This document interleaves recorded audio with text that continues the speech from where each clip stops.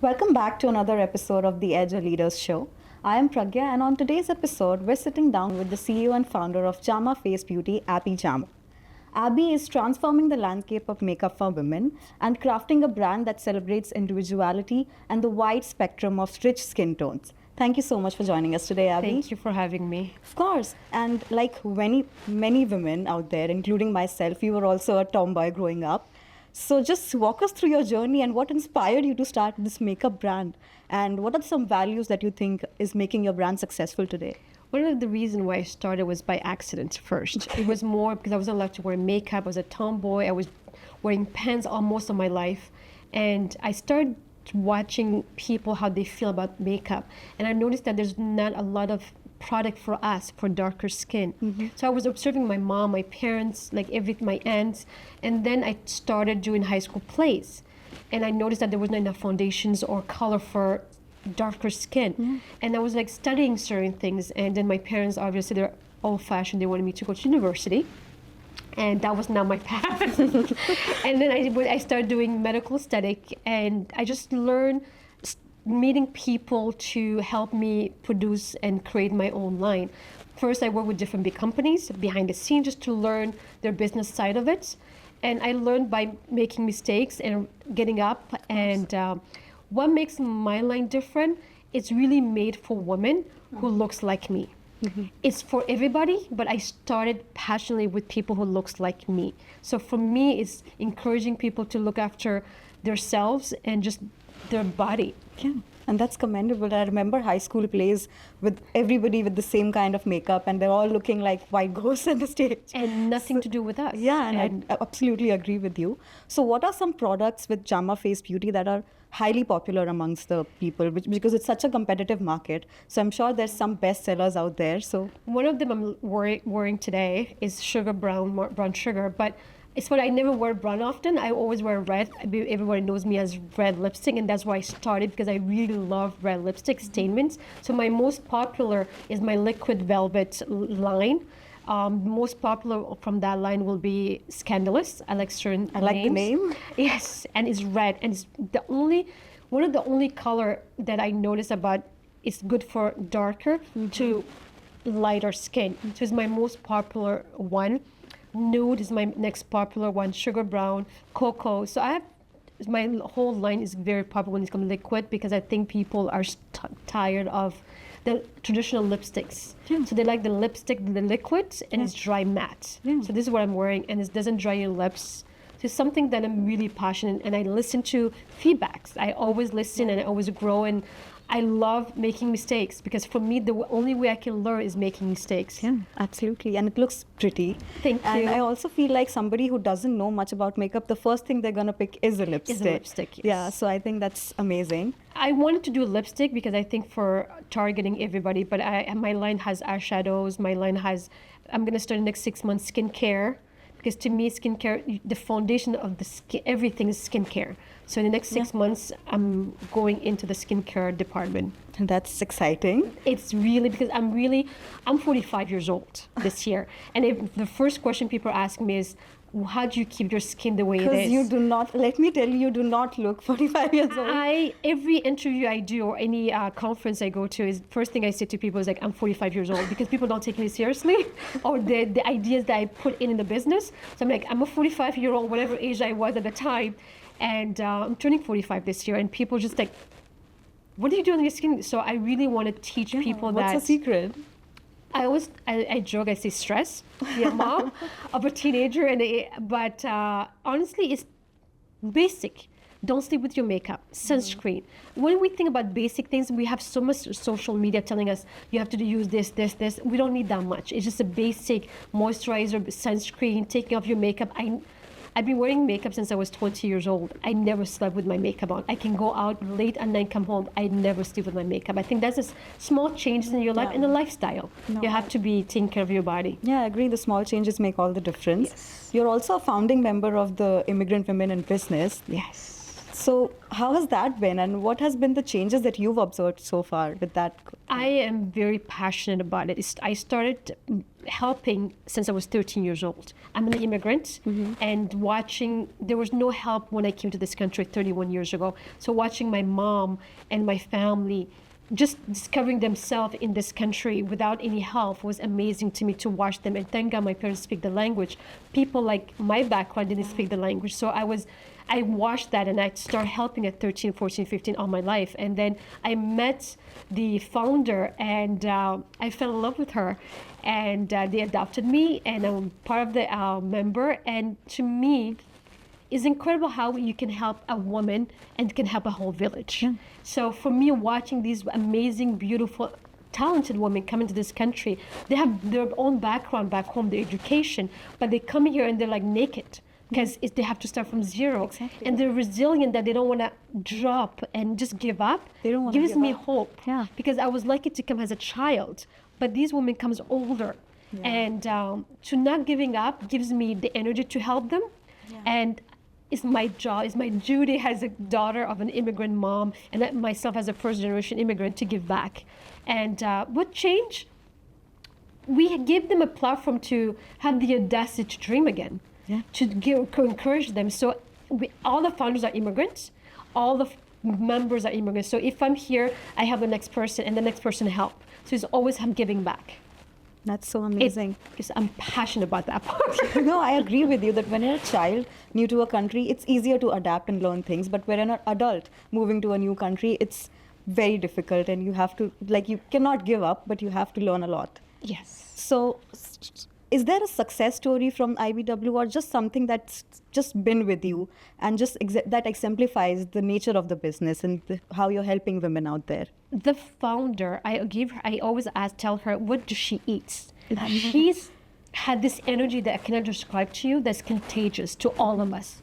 So to me, it's watching her not stopping helping people, because I still need help sometimes. I call them, we have a whole village of different positions. So for me, I'm good speaking, I'm good in my makeup, I'm good, I do styling, but I'm not good with social media or writing. So I can call somebody in our group, say, hey, do you know somebody who can help me with this? So we're there for each other. So success story is to watch people from a zero money to have a multi-million companies. Yeah. And these people are helping the newcomers. We don't even have to ask them. It's something we're just doing for not even thinking. So for me, is who I cannot complain. So it's always the success that just one. It's more having an amazing. We have lawyers now who get to pass the bar. We have doctors. There's so much things that we had a job fair a few days ago. We had 3,000 immigrant people who are looking for jobs that we all came out to City Hall to help them. So for us, it's in us. That's so amazing to hear, and it's already so inspiring, because you don't know how you're changing somebody else's life by just being polite and being yourself. So thank you so much for sharing that. Now, coming back to Jama Face Beauty, it's such a competitive market, the makeup market today. What are some things that you do to keep up with the trends and just kind of stay relevant in the market, because it's just ever-changing industry? One of the things I say to people when I'm helping them, because I do styling and everything, is that I don't like to use the word trend. I like to use the word I'm myself. So I think to me is knowing who you are. So I know who I am and where I stand. It's not about making money. It's really finding what my clientele, my people, my village needs from me. So for me, it's obviously I have to know what the social media, the makeup world is doing, but it's really knowing what my people want, and I don't change that. And I'm not trying to do a new trend when it's come to a 19-year-old. A trend comes and go, but if you know who you are, fashion, style doesn't change. Sure. So to me, I'm going to say a name that I'm not promoting that name, but MAC. I grew up watching MAC. MAC is who they are. They don't change. Yeah, they add some products, but they know the core of who they are. And I think to me is one of the things I teach people is know who you are, and nobody can influence you. Just add on something. I add new colors one day, but know who you are. And to me, that's what Jama Face Beauty is knowing the core of what Jama Face is, and then I don't have to compete with anybody else because I keep it with my own self and listening to my clientele. Yeah, absolutely. Even if everything wears off, it's the authenticity that stays with the people. Yes. So that's amazing. And people don't buy products. There's so many millions of products. They buy people. They buy behind the person, the company. So to me, it's like I'm here. I tell my struggles and my success, and I share with my people because I see I've shared because I'm like them. I come from nothing, and so for me, it's like everybody has a hope to succeed what they need to succeed as long as we work hard. Because trust me, I wish sometime I can just go to 9 to 5 job. It's not, but I love what I do. Yeah. Like it's something in me. I wish I didn't. I sometimes I wish I just go back to 9 to 5, but it's not who I am. Yeah. So Yeah, and I totally believe that if you love what you do, the work doesn't seem like work. Yeah. So I'm sure, like you mentioned about your struggles and your challenges, you moved here as a child. I'm sure there was a lot of struggle and challenges as a woman entrepreneur. Please share with us something that helped you come over it, or some challenges that helped you become the woman entrepreneur that you are today. like I said, I like the word failure. I think people are scared of that word, and I love when people tell me you cannot do it. Yeah. That's something that just fluid my energy. Yeah. And I've been I'm told, going to show you how to do it. yes, most of my life I've been told you cannot do it. And growing up with boys, they will put me in the piano and the boys will be in karate. Oh, you're a girl. You don't. I'm like, really? I want to do karate. So it's since childhood I was like being told you cannot do that word. I'm like, really? I will show you guys. So I think to me, growing up, it was something natural to be something different. At high school, people would go out clubbing. I was doing my business plan. And I think to me is when someone else put their fears in you, that I was like, you know what? Can you just move away from me? That's you. That's you. That has nothing to do with me. Do I fail? I have more failure than success. But to me, that makes me who I am today. And something I choose my 16-year-old kid is that you never give up.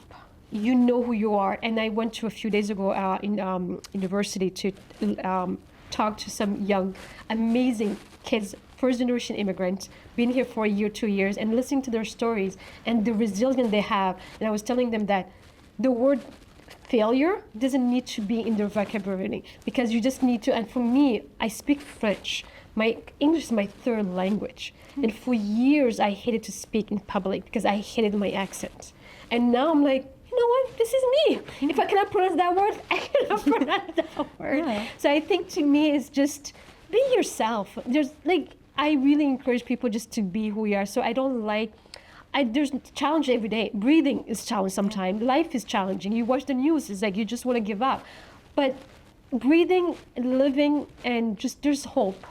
Yeah. And that's what I tell people. That's so wonderful to hear. More power to you with that. Thank you. So what is your future plans for Jama Face Beauty? Where are you planning to take the brand, and what do you see yourself doing with the brand in the next 5 years, let's say? I honestly want to go back to my continent. I don't want to say a country specifically, but I want to go back to the continent. I really want to show young Black people who look like me, that coming from an Ethiopian small country, it's emotional for me. Coming from that country to where I am today, it is possible. So to me, that's the main goal I have. And raising my children is really, Jama Face is doing okay, is doing well, is doing amazingly. So to me, just putting the name up there more than anything in the lifestyle, to me, is more encouraging people to be who they are. And the next 5 years is to go to Africa and really putting the brand out there and just speaking my experience. That's so amazing to hear. Lastly, please share with our viewers where they can find more products or they can learn more about Jama Face Beauty. Social media. For now, I used to have stores, but now it's social media. Instagram, Jama Face Beauty. And I'm in LinkedIn, Jama Face Beauty. And you guys can contact me. My website is there, and I respond right away. I have a team, and I love hearing people talking their history. So, yeah. Thank you so much. Well, I'm sure our viewers gained a lot of insight, but something that I'm personally taking back from this interview is that failure should not be a word in your dictionary, because there's going to be more failures than success. So thank you so much for joining us today, Abbie. It was wonderful talking to you. Thank you so much for having me.